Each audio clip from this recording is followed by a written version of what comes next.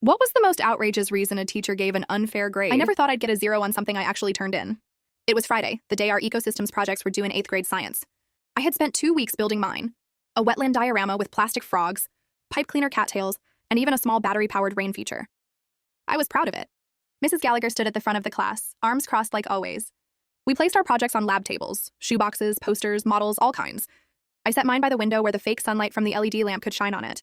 Instead of presentations, Mrs. Gallagher handed back our rubrics with grades. When she dropped mine on my desk, she didn't say a word. Project grade 0 out of 100. I stared at it. A 0? I hadn't missed anything. I waited until most students left, then walked up to her desk. "Excuse me, Mrs. Gallagher," I said. "Why did I get a 0? She leaned back and said calmly, "Because life isn't fair. You're not always going to get a fair grade, even if you think you deserve it." I blinked, but I followed all the instructions and turned it in on time. "I don't owe you an explanation," she said. "You'll learn more from this than you would from an A." I left class stunned. A 0, not for missing work, but to teach some weird lesson about life. At home, I showed the rubric to my mom. She's a lawyer who specializes in unfair treatment and educational rights. Her expression shifted from confused to ice cold. She said, "What?" I repeated Mrs. Gallagher's words. My mom opened her laptop without another word and wrote a letter, quoting school policy, education laws, and precedent on fair grading. She sent it to the principal, the superintendent, and the school board president.